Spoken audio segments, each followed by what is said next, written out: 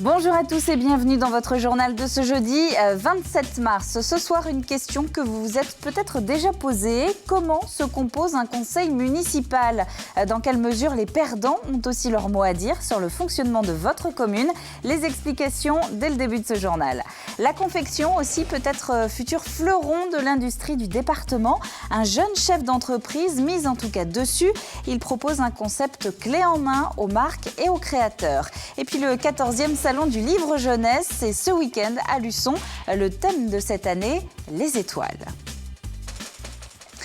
Que ce soit dès demain ou samedi pour les communes qui n'ont pas besoin d'un deuxième tour ou la semaine prochaine pour les autres, il va maintenant falloir former les conseils municipaux. En général, les personnes qui étaient en bas des listes ont peu de chances de siéger. Tout dépend en fait du résultat obtenu en sortie des urnes. Carl Laboureux. 45 sièges à La Roche-sur-Yon, 11 dans les plus petites communes du département. Le nombre de conseillers municipaux varie en fonction du nombre d'habitants et c'est également la population qui détermine la répartition des sièges entre les différents candidats. Pour les communes de moins de 1000 habitants, rien de plus simple. Chaque candidat élu intègre le conseil municipal. En revanche, dans les communes de plus de 1000 habitants, un savant calcul répartit les sièges entre les différentes listes. Pour faire simple, prenons deux listes et un conseil de 19 membres. La liste qui obtient la majorité absolue se voit attribuer la moitié des sièges. L'autre moitié est répartie entre les deux listes en fonction de leurs résultats. Au final, dans cet exemple, la liste A obtient 15 sièges, la liste B 4. La première a donc la majorité et son chef de file de fortes chances d'être désigné maire. Ce qu'il faut retenir, c'est donc que les responsables des listes arrivées en tête prennent très souvent le fauteuil de premier magistrat, leur plus proche collaborateur, la fonction d'adjoint. Enfin, si on se base sur cette logique, on peut déjà estimer que dans près de 2/3 des communes élues dès le premier tour, les maires sortants retrouveront leur siège, alors que quelques 87 autres communes devraient avoir un tout nouveau maire. Et donc sur les 282 communes de Vendée, 29 seulement ont besoin d'un deuxième tour dimanche. C'est le cas par exemple de Saint-Sulpice-en-Paray. Saint-Sulpice-en-Paray qui se trouve néanmoins être confronté à une situation plutôt insolite. Au premier tour, il n'y avait déjà pas assez de candidats pour les 11 sièges à pourvoir au sein du conseil municipal. Saint-Sulpice est une ville de moins de 1000 habitants. On vote donc pour des personnes et non pour des listes. Et bien comme personne ne s'est non plus proposé entre les deux tours, la candidate pressentie pour devenir maire décide finalement de jeter elle aussi l'éponge. Alors très concrètement, dimanche, un bureau de vote sera bien mis en place à la mairie, mais il n'y aura aucun bulletin à glisser dans l'enveloppe. Et puis si personne ne pose sa candidature sous 3 mois pour intégrer ce fameux conseil municipal, eh bien le préfet procédera au rattachement, à la fusion de Saint-Sulpice-en-Paray à une commune voisine. Le point à présent du côté de Saint-Hilaire-de-Riez. Vous vous en souvenez peut-être, 6 listes au départ, 3 finalement seront présentes au deuxième tour. Les 2 listes d'hiver gauche représentées par Jean-Yves Le Bourdet et Jean-Pierre Coste, ainsi que celle du d'hiver droit Laurent Boudelier. Un des principaux enjeux de ces municipales à Saint-Hilaire-de-Riez, c'est le projet de Thalasso porté par Serge Blanco, un projet que tout le monde n'apprécie pas forcément. Nous restons sur des projets marqueurs pour la campagne du second tour, à savoir donc contre la thalassothérapie, qui est en fait une escroquerie dans la mesure où il y a déjà 2 thalassothérapies à 30 km à la ronde. Donc ça veut dire qu'on va fragiliser d'autres structures qui ont du mal à vivre, ce qui n'est pas un bon plan. J'ai bien compris le message et j'ai bien entendu le message. Et nous, dès lundi, on avait œuvré pour proposer que, oui, le message du premier tour, c'était qu'il faut voter à droite. Donc j'étais le rassembleur de la droite. Et l'autre point, c'est que peut-être qu'il y avait des distensions sur le projet Thalasso. Donc nous proposons un référendum très rapidement sur ce thème-là de la Thalasso. Notre programme, nous, est resté inchangé. Entre le premier tour et le deuxième tour, nous avons gardé exactement les mêmes axes de campagne. Et également, il est très cohérent et respectueux des finances de la ville. Nous sommes une alternative pour les électeurs lésés dans les transactions actuelles de Saint-Hilaire-de-Riez. Et puis avant de refermer ce nouveau chapitre municipal, on va s'intéresser maintenant au Front National. Vous vous en souvenez peut-être, 4 communes avaient une liste FN au premier tour, La Roche-sur-Yon, les Sables-d'Olonne, Talmont-Saint-Hilaire et Angles. Il en reste 2 au second tour. Aurélien Martin.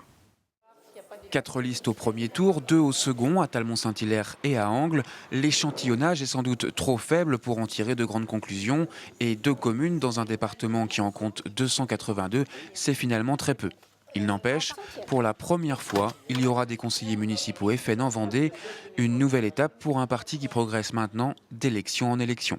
Le Front National est surtout présent dans le nord, dans l'est et dans le sud de la France. Mais l'ouest était jusqu'à présent une terre de mission. Il semblerait que depuis la dernière présidentielle, le vote Front National progresse, y compris dans l'ouest. Au-delà de la progression, reste l'implantation qui permet de s'enraciner en durée et en profondeur dans un territoire. Là, c'est une toute autre affaire. Le mouvement est plus lent parce que plus complexe. Il faut trouver des représentants, des candidats, bref, des personnes qui acceptent de sortir du bois et d'être étiquetées. En Vendée, un seul constat, hormis une liste FN au Sables-d'Olonne en 1995 et 2001, il n'y en avait aucune dans notre département en 2008, contre 4 cette année, comme à Angles, où la liste dépasse les 20% au premier tour. Angles, oui, Angles, c'est un exemple quand même qui est très, très précis, puisque José Ferret est parti avec un adhérent à Angles, et maintenant il est à plus de 20 adhérents à Angles, et avec 20,77 et au deuxième tour. Les élus de proximité, ce sont donc justement eux qui peuvent permettre au FN de s'installer durablement en allant au-delà d'un vote protestataire, parfois en dents de scie. Du reste, en Vendée, la présence de listes frontistes au second tour à Talmont-Saint-Hilaire et à Angles ne doit pas masquer le poids du vote FN à La Roche-sur-Yon et au Sables-d'Olonne. Car dans ces deux villes, les listes frontistes ont été concurrencées par Raoul Mestre à La Roche et par Didier Gallo au Sable. Voilà donc ce qu'on pouvait dire pour l'instant de cette semaine d'entre-deux tours. Demain, dernier jour de campagne officielle, et puis on se retrouve évidemment dès dimanche soir à partir de 19h40. Notez-le parce qu'on aura beaucoup de choses à se dire pour notre grande soirée spéciale résultat du deuxième tour. On revient maintenant un instant sur les chiffres du chômage du mois dernier dont on voyait hier soir l'augmentation au niveau national. Eh bien, même chose à l'échelon régional. La tendance est à la hausse dans les 5 départements des Pays de la Loire. La Vendée affiche, vous le voyez, une augmentation d'1,4%. Quelques images des salariés de Fagerbrand de La Roche-sur-Yon également. Nouvelle réunion devant les grilles de l'entreprise pour faire le point sur la procédure de liquidation en cours. Alors, les représentants du personnel ont annoncé une nouvelle fois le report de l'examen des offres par le tribunal de commerce de Nanterre. C'est la 4e fois que cette date est repoussée. Mais on apprend aussi ce soir que le site de La Roche-sur-Yon pourrait être sauvé. C'est en fait faire une nouvelle production de composants à horizon 2018 et en parallèle de ça, terminer je dirais, la production d'électroménager. Mais c'est le projet qui est aujourd'hui. Bon, moi ce que je dis, c'est que le principal, c'est qu'il y a un maintien d'activité, il y a un maintien de l'électroménager en Vendée, et après on verra. On a assez de questions à se poser, je ne veux pas me projeter sur le futur, je ne veux pas aller à plus de 15 jours maintenant, parce que honnêtement c'est fatigant, les gens sont usés.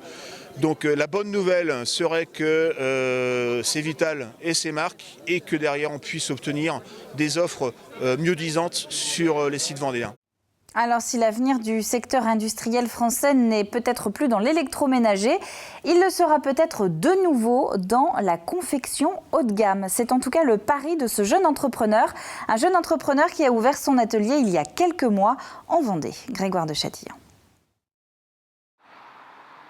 Ici, chez Héritage Confection, on a de grandes ambitions, réinventer les métiers de la mode et de la couture. À la tête de cette start-up, Thomas Lee, un jeune créateur de mode qui voit grand pour la Vendée. On est où là sur le prototype là On a des remontées du client. On veut que la Vendée soit vraiment un peu au cœur de la mode dans la région et puis après dans toute la France avec une envergure un peu nationale et puis peut-être internationale parce qu'on veut vraiment valoriser cette région-là. Parce qu'il y a vraiment beaucoup à faire et qu'il y a un potentiel aussi de créateurs. Thomas a toujours baigné dans ce milieu. Dès 13 ans, chaque été, il aide sa tante qui tient un atelier de couture.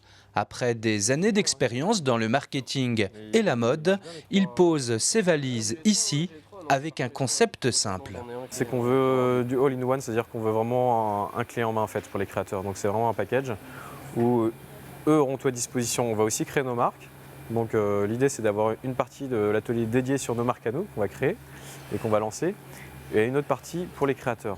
De la conception à la finition, en passant par la photographie et la distribution Internet, la jeune société souhaite perpétuer la tradition française de la confection textile. En 5 mois, les choses ont bien démarré avec régulièrement l'arrivée de nouveaux clients. On est en plein en ce moment dans les vêtements, les costumes du Puy du Fou. Alors là, on a une marque très particulière, c'est de 2 créateurs en fait, qui s'appellent Marie et Benoît. Bureau de style, studio photo, agence de création, Thomas a su s'entourer de professionnels aguerris. Parmi eux, une partie des salariés de P3C, atelier de confection bellevillois, liquidé en juillet dernier. Bien plus qu'un atelier de couture, Thomas se calque sur les modèles économiques américains pour faire de sa petite entreprise un façonnier nouvelle génération. Et puis pour l'instant, ce qui marche très bien en Vendée, c'est le Puy du Fou. On apprend ce soir que le site devient 2e parc à thème de France en termes de fréquentation. 2e parc derrière Disneyland Paris, mais donc pour la première fois devant le parc Astérix et le Futuroscope.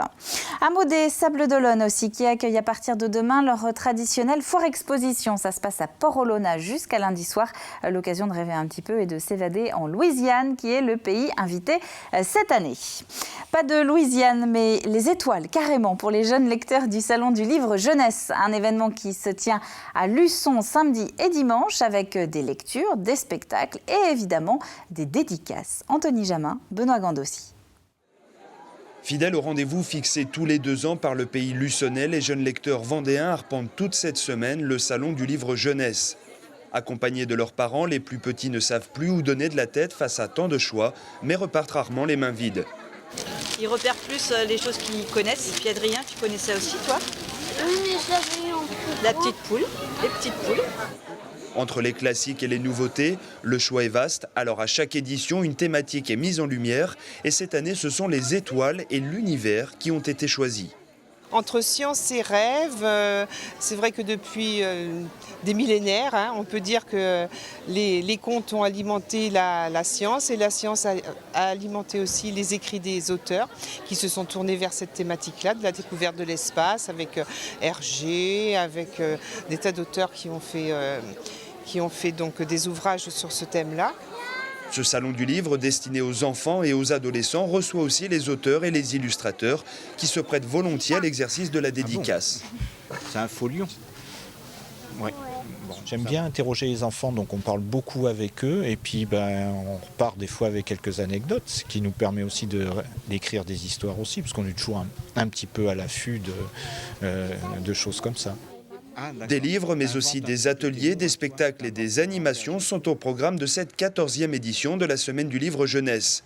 Petits et grands ont jusqu'au 30 mars pour en profiter. Et oui, puisque le Salon du Livre Jeunesse, c'est donc samedi et dimanche, espace Plaisance à Luçon. Le temps de cette fin de semaine, avant de se quitter. Alors le point fort, c'est la hausse des températures. On devrait repasser dès ce vendredi et normalement pour tout le week-end au-dessus des normales saisonnières. La pluie, en revanche, elle fait de la résistance, notamment dans le nord de la Vendée et sur le littoral. Le bulletin complet, c'est juste après ce journal, évidemment, avec Armelle Pavageau. C'est la fin de cette édition. Merci à vous de l'avoir suivi. On se retrouve demain, même heure, pour le prochain et dernier point de la semaine sur l'actu vendéenne. D'ici là, très bonne soirée à vous tous sur TV Vendée et à demain.